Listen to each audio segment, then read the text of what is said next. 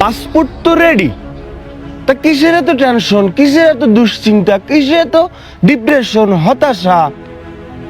আপা আসবে, আমরা বের হয়ে যাব। That's it. দেয়ালে দেয়ালে লেখা দে শেখের বেটি আইতাছে। না, শেখের বেটি যে দেশে উন্নয়ন করছে এটাতে মিথ্যার কিছু নাই। শেখের বেটি ইউজ পরিমাণ অনেক উন্নয়ন করছে। আবার দেখলাম কি যে নোয়াখালীতে ছাত্র দলের ভাইদের একটা বাইক প্রয়োগ দেওয়া হয়েছে, আবার মাইকে ঘোষণা দেওয়া হয়েছে। মাইকে ঘোষণা দেওয়ার পর এবার আবার ছাত্র দলের ভাইদেরকে আবার না জানো যুব দলের ভাইদেরকে আহতও করা হয়েছে।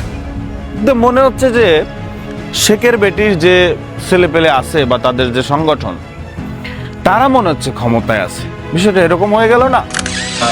স্বৈরাচারের আতুর ঘর অথবা স্বৈরাচারের আস্থান আমরা ভেঙে দেব। তো আমরা তো মূলত স্বৈরাচারের এগেনস্টই জুলাই আগস্ট বলেন বা এই লড়াইটা করে এসেছি। তখন আমার কাছে মনে হলো যে এখানে যে লাখ লাখ মানুষ গেল, এটার পক্ষে তো সম্ভবত আমিও, তাহলে আমি কেন বসে থাকবো, আমিও যাই। তখন আমি গিয়ে 32-এর মেইন রোডে নামার পরই মানুষ আমাকে চিনে ফেলে, তারপর আমাকে একদম স্পেস করে দেয়, একদম সামনে নিয়ে যায়, বুলডোজারে গাড়ির যে উপর সেখানে উঠিয়ে দেয়, ভাই স্লোগান দেন, সেখানে স্লোগান দিলাম এবং বঙ্গবন্ধুর বাড়ির উপরে আমাকে উঠে দিয়ে আমি স্লোগান দিলাম। মানুষ বলে যে তুমি বঙ্গবন্ধুর বাড়ি ভাঙছো, আসলে আমার এই হাত দিয়ে ওই বাড়ির একটা ইটও আমি খুলে নিলাম।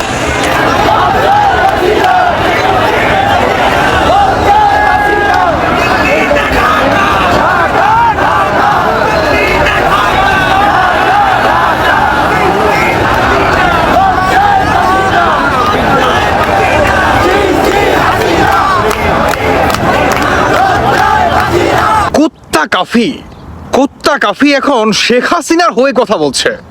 এই কুত্তা কাফি এখন আওয়ামী লীগের কাছে ক্ষমা চাচ্ছে। এই কুত্তা কাফি এখন তার সুর পাল্টায় ফেলাইছে। মানে যেই তাদের জাতির পিতা বলে ফেলেছে যে সারা বাংলাদেশে এখন থেকে সমন্বয়ক উপদেষ্টাদের গণধোলাই দেওয়া হবে সারা বাংলাদেশ। জুলাই আন্দোলনে অংশ নেয়া, নেতৃত্ব দেওয়া কিংবা সমন্বয়ক ছিলেন এরকম 2-3 জনের উপরে গেল এক সপ্তাহে হামলা হয়েছে। এর মধ্যে একজনের অবস্থা মাহাদি তো আছে, তাকে দৌড়ে সে থানায় গিয়ে ঢুকেছে। আরেকজন তাকে ধরে তারপরে উলঙ্গ করে জয় বাংলা স্লোগান দিয়েছে। এই ঘটনাগুলো আমরা দেখেছি। এগুলো কার কেমন লাগে সেটা জানি না, মানে খুব খারাপ লাগে। বছর আগে একটা কথা বলেছিলাম যে এই সমন্বয়করা রাস্তাঘাটে, এই যারা ছাত্র নেতা আছে রাস্তাঘাটে পেটুনি খাবে। আজকে শুরু হয়েছে কিনা?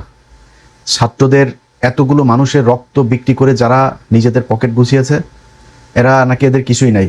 তোর বাইনারি অ্যাকাউন্টটা, তোর ক্রিপ্টো কয় টাকা আছে ওইটা আমাদের দেখাইস, তাইলে বুঝবো যে কার কয় টাকা আছে বা নাই। তো টাকা পয়সা তো সব ক্রিপ্টোতে ইনভেস্ট করা হয়েছে, যে কারণে বাংলাদেশে এখন এটা দেখা যাবে না। জোরে মারা হবে। সেই তাদের বাবার কথা শুনে সন্তানেরা এখন সুর পাল্টে ফেলতেছে। টকশো থেকে শুরু করে নিজের আইডিতে পর্যন্ত। কেন? কুত্তা কাফি। এই কুত্তা কাফি যে কত বড় একটা পাগলা কুত্তা অরিজিনালি, তার সব থেকে বড় প্রমাণ কি জানেন? যখন এই কুত্তা কাফি 5 আগস্টের পরে ধানমন্ডি 32 নাম্বার ভাঙে, সেই ভাঙার পরে কিভাবে উনি কোটি কোটি টাকার মালিক হওয়া যায়, কিভাবে আওয়ামী লীগকে আরো মনে করেন পুঁজি করে, কিভাবে শেখ হাসিনাকে স্বৈরাচার বলে আওয়ামী লীগকে বাংলাদেশের মানুষের কাছে আরো খাটো করে আরো স্বৈরাচার বানানোর জন্য নিজের পাছায় নিজে আগুন দিয়ে, মানে নিজের বাড়িতে নিজে আগুন দিয়ে আওয়ামী লীগের যে নাম এই কুত্তা কাফি দিয়েছে, সেটার সবচেয়ে বড় রহস্য কি জানেন?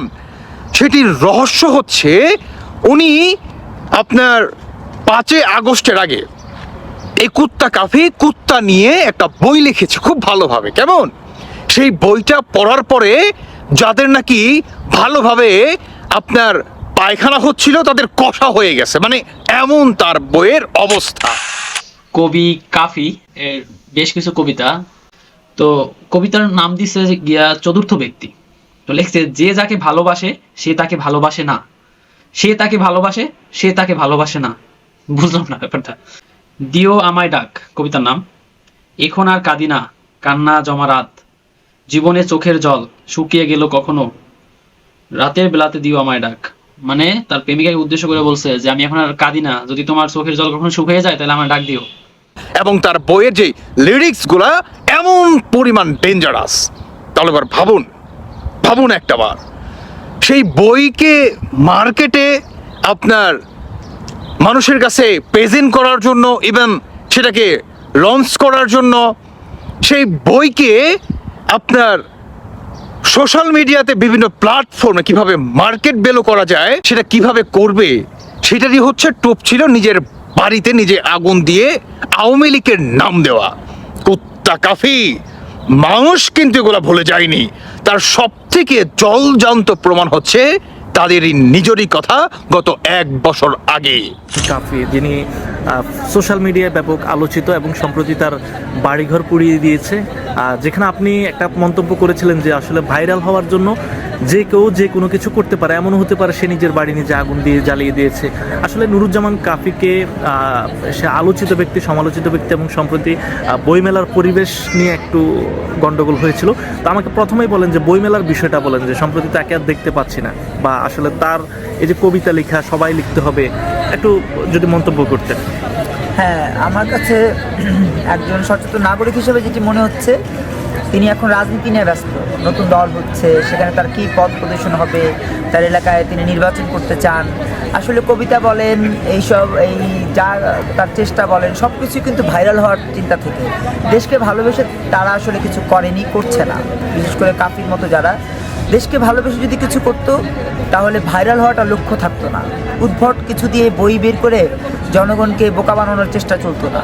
যেমন দেখেন, আমরা গত 54 বছর পর্যন্ত এই জাতি বারবার বোকা হয়েছি। সর্বশেষ আমরা বোকা হয়েছি এদের দ্বারা। এদের মতো এইসব শিক্ষার্থী যারা আমাদেরকে বিভিন্ন ওয়েতে বোকা বানাচ্ছে। দেখেন, যদি বোকাই না বানাতো, শুধু রিক্সাওয়ালা বেড়েছে 2.5 লক্ষ সারা দেশে, 2.5 লক্ষ রিক্সাওয়ালা আমাদের দেশে বেড়েছে, দুঃখের সাথে বলতে হচ্ছে। তো এদের টার্গেট কিন্তু দেশের কল্যাণ নয়, জনগণের কল্যাণ নয়, খালি ক্ষমতায় আসবার চিন্তা। সে একটা মন্তব্য করেছিল যে বিপ্লবী সরকার আমি হব, এরকম একটা মন্তব্য হ্যাঁ, করেছিল। ওই যে বললাম যে তার টার্গেটটা হচ্ছে ক্ষমতা কেন্দ্রিক, তার এবং তাদের। তো 1টার দিকে আনুমানিক আমি 12:30 12:30 সজাগ। এরপর আমি সজাগ হয়ে গেছি, দেখি যেমন পালের উপরে আগুন। এই ঘরটাকে পুরাই দেওয়া হয়েছে। ঘরের ভিতরে আমার বাবা মা ছিল, আমার ভাই ভাবি ছিল, আমার 4 মাসের ভাতিজি ছিল, 4 বছরের ভাতিজা ছিল। সবাইকে মারার প্ল্যান ছিল। আমার পরিবারে কেউই দরজা খুলে বের হতে পারে নাই। ঘরের বেড়া ভাঙে বের হয়ে বাকিদেরকে বের করা হয়েছে। পিছনে আপনারা গেলে ফুটেজ পাবেন, হাঁস মুরগি সেটাও পুরাই দেওয়া হয়েছে। পিছনে একটা রান্নাঘর ছিল, সেটাও পুরাই দেওয়া হয়েছে, সমূলেই পুরাই দেওয়া হয়েছে। সো আমার শত্রু তো এখন আওয়ামী লীগ। আমি তো আওয়ামী লীগের বিরুদ্ধে কথা বলেছি, আমি তো ফ্রন্টে থেকে যুদ্ধ করেছি, আমি তো 32-এ বুলডোজারের উপরে দাঁড়িয়ে স্লোগান দিছি। কাফি, তুই আর তোর বাবা ঠিক একই মেন্টালিটি। তোদের 50 লক্ষ টাকার উপরে তোদের লস হয়ে গিয়েছে, বাড়িতে আসবাবপত্র সমস্ত কিছু মিলিয়ে। এদিকে কমেন্টে তোদেরকে যে মানুষ গাইলায়া একদম মানে কি বলো ধর্ষণ করে দিচ্ছে, তোদের গাইলায়া সেটা বিন্দু পরিমাণ কি তোরা দেখিস না? একটাবার দেখে আয় না। 1 বছর আগে যখন তোরা বাপ বেটা মিলা সরকার এবং বাংলাদেশের রাষ্ট্রীয় কোষাগার থেকে যে কোটি টাকা হাতি নেওয়ার যে পরিকল্পনাটি তোরা নিখুঁত ভাবে বাপ বেটায় করছিলি, সেটা যে তোরা টোটালি ব্যর্থ হয়েছিস, সেটা বাঙালি জাতির সামনে এসে এখন বললেই হয়। কাফি, বললেই হয়। কি প্রমাণ পাইলেন? যারা নিজেদের বাসায় নিজেরা আগুন দিয়েছে শুধুমাত্র তার নিজের বই বিক্রি করে কিভাবে কোটি কোটি টাকা উপার্জন করা যায়, কিভাবে। কুত্তা কাফি এখন এইসব বলতেছে শেখের বেটি আইতেছে, দেওয়ালে দেওয়ালে লেখা দে, শেখ হাসিনা আসবে। এখন আওয়ামী লীগকে নিয়ে এত পজিটিভ কথা কেমনে কি ভাই? আরে আজ থেকে 2 মাস আগের কথা, যখন এনসিপিতে যোগ দিল, ফুলের মালা দিয়ে ভুট্টো সাহেব যখন এই কুত্তাকে গ্রহণ করে নিল বা বরণ করে নিল, ঠিক তখনও বড় বড় গলায় বলছিল স্বৈরাচার দোসরদের বাংলার মাটিতে ঠাঁই হবে না। ঠিক এখন এসে যখন তাদের জাতির পিতা আমেরিকা থেকে ঘোষণা দিচ্ছে বা বলাবলি করছে সারা বাংলাদেশে সমন্বয়কদের কেন মারা হচ্ছে, ঠিক সে সময় এই সমস্ত পাগলা কুত্তাদের মানে সুর পাল্টে ফেলছে তারা। তাহলে বোঝা যাচ্ছে তাদের অবস্থা আসলে কতটা করুণ, তারা যে কতটা মানসিক চাপের ভিতরে, কতটা দুশ্চিন্তার ভিতরে, তাদের যে হাগা বন্ধ হয়ে গিয়েছে, ঘুম হারাম হয়ে গেছে, তার সবচেয়ে জলজন্ত প্রমাণ হচ্ছে তাদের বর্তমান এই অবস্থা। তারা এখন কি প্রমাণ করতে চায়? শেখ হাসিনাকে নিয়ে ভালো ভালো কথা বললেই কি সব মাফ হয়ে যাবে? ধানমন্ডি 32 নাম্বার শয়তানের আতুর ঘর না কাফি? তুমি বলেছিলা ধানমন্ডি 32 নাম্বার ভেঙে ফেলতে হবে, তোমার নিজেরই মুখের কথা। ধানমন্ডি 32 নাম্বার তাহলে কেন ভাঙলা?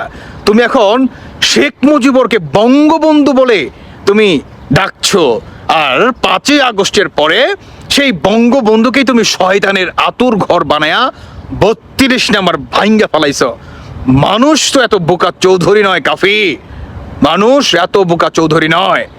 তোমাদের মাফ করা মানে বাংলাদেশের সার্বভৌমত্ব, বাংলাদেশের স্বাধীনতার সার্বভৌমত্ব 30 লক্ষ মা বোনদের এবং সেই টকবগে শহীদদের সাথে বেইমানি করা হবে, যারা এই দেশের স্বার্থে নিজেদের রক্তকে বিলিয়ে দিয়েছিল পাকিস্তানি হায়নাদের কাছে। তোমাদের মতো এই হায়নাদের বিচার তো হতেই হবে কাফি, হতেই হবে। এখন শেখ হাসিনার কাছে যতই মাফ চাও না কেন, মাফ কিন্তু করবে না বাঙালি জাতি, মাথায় রেখো এটা।